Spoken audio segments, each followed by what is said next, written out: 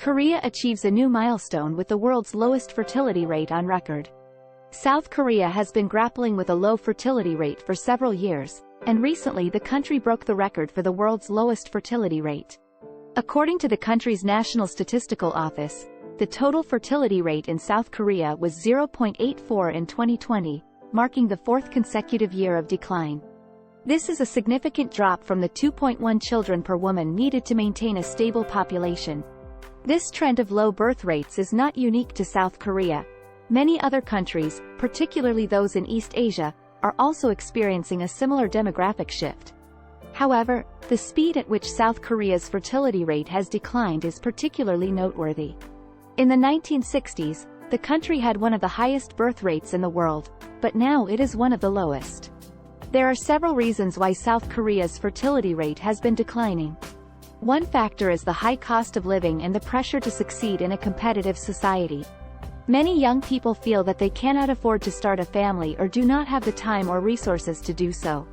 Moreover, the traditional role of women as caregivers has led to fewer women pursuing careers or having children, which has contributed to the low fertility rate. Another factor is the country's aging population. South Korea has one of the world's highest life expectancies, and the number of elderly citizens is growing rapidly. This puts a strain on the country's social welfare system and also means that there are fewer young people to support the economy and workforce. The government has been trying to address this issue by implementing various policies to encourage childbirth and support families. For example, they have increased subsidies for child-rearing expenses, extended parental leave, and provided free childcare for low-income families. They have also relaxed immigration policies to attract more foreign workers and encourage marriage between Koreans and foreigners. However, it remains to be seen whether these policies will be effective in increasing the birth rate. The cultural and social factors that contribute to the low fertility rate are deeply ingrained in Korean society, and it may take more than just government policies to reverse the trend. Nevertheless, it is clear that the low birth rate has significant implications for the future of South Korea and its economy. In conclusion, South Korea's low fertility rate is a cause for concern, not just for the country but for the world as a whole.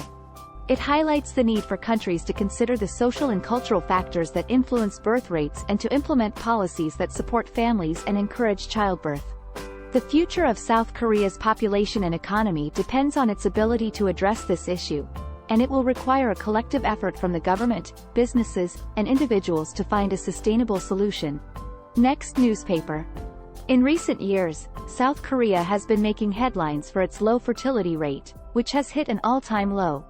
In 2021, South Korea's fertility rate hit a record low of 0.84, according to the country's statistics agency.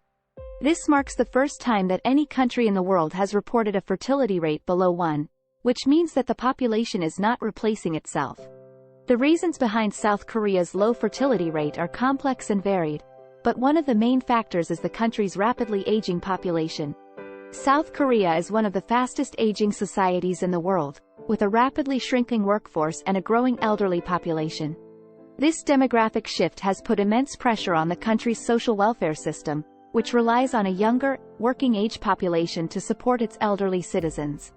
Another factor contributing to South Korea's low fertility rate is the high cost of living in a highly competitive work culture, which often leaves little time or financial resources for starting a family. Many young South Koreans are struggling to find stable, well-paying jobs, and are delaying marriage and children as a result. The South Korean government has been taking steps to address the country's low fertility rate, including offering financial incentives to encourage couples to have more children, such as providing cash bonuses for each child born, expanding parental leave policies, and increasing funding for childcare programs. However, these measures have had limited success so far. South Korea's low fertility rate has significant implications for the country's future, including a rapidly shrinking workforce, an increase in the burden on the social welfare system, and a decline in economic growth. It also raises questions about the sustainability of South Korea's model of economic development, which has relied heavily on a young, productive workforce to drive growth. In conclusion, South Korea's low fertility rate is a complex and multifaceted issue that requires a comprehensive approach. While the government's efforts to encourage more births are a step in the right direction, More needs to be done to address the root causes of the problem, including creating more stable and well-paying jobs, reducing the cost of living, and promoting a healthier work-life balance. Only by taking a holistic approach can South Korea hope to reverse its current demographic trends and ensure a sustainable future for its citizens. Next newspaper. South Korea has been grappling with an aging population and declining birth rates for years. However, in 2021, the country hit a new milestone. It officially became the country with the world's lowest fertility rate. The number of children born per woman in South Korea has dropped to just 0.84, which is well below the replacement level of 2.1. The low fertility rate in South Korea can be attributed to several factors, including economic instability, changing social norms, and a lack of government support for families. South Korea has a highly competitive and demanding work culture, which makes it difficult for many young people to balance work and family life. In addition, the high cost of living and the pressure to succeed professionally often discourage people from starting families.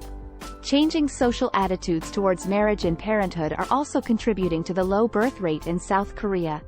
Traditional family structures are less common than they used to be, and many young people are delaying marriage or choosing not to get married at all.